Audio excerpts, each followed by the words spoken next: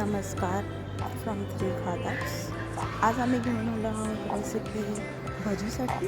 तर बटाटा आणि मिरचीची भजी करणार आहोत आपण. खूप सोपी रेसिपी, सर्वच घरामध्ये करतात, काही स्पेशल असलं तर किंवा नॉर्मली.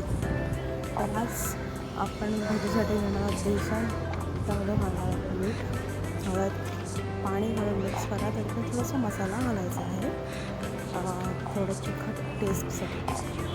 आणि भाजी कुरकुरीत होण्यासाठी आणि मस्त फुलून छान दिसावी आणि छान टेस्ट आली, कुरकुरीत हवी नाही, त्यासाठी आपण त्यामध्ये टाकणार आहोत मोहन.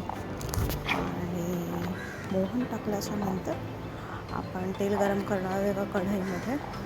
आपल्याला हवं छोटी कढई घेतली तर बेस्ट, का त्याच्यामध्ये तळायला टेस्ट पडते. जास्त तेल टाकून आपण तळू शकतो. आता आपण त्यामध्ये सोडणार आहोत बटाटे. त्याला बटाट्याची भजी करू आणि त्यानंतर मिरचीची भजी करू.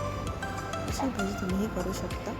ट्राय करा आणि तसे बनवून टेस्ट करा आणि 3 खदारचा सबस्क्राईब करा.